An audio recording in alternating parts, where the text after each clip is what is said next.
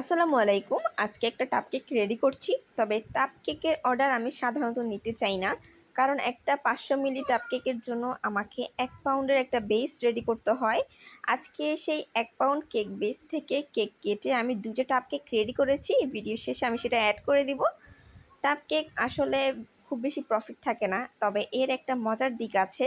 Cake কাটার পর চারপাশের যে বাড়তি অংশগুলো থাকে সেগুলো বাসার মানুষজন পেয়ে ভীষণ খুশি হয়।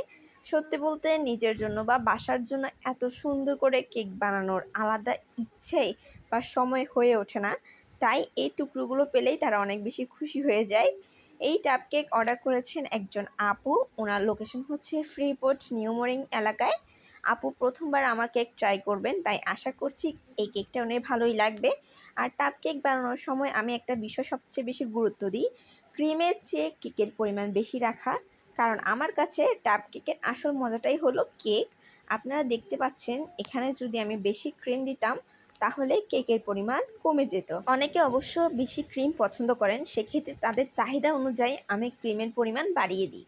আর ঢাকনা দেওয়ার পর ভিডিওতে দেখতেই পাচ্ছেন ক্রিমের ডিজাইনটা একটু নষ্ট হয়ে গিয়েছে, কিন্তু শুধু ডিজাইন সুন্দর রাখার জন্য আমি কখনোই কেকের পরিমাণ কমিয়ে দেব না।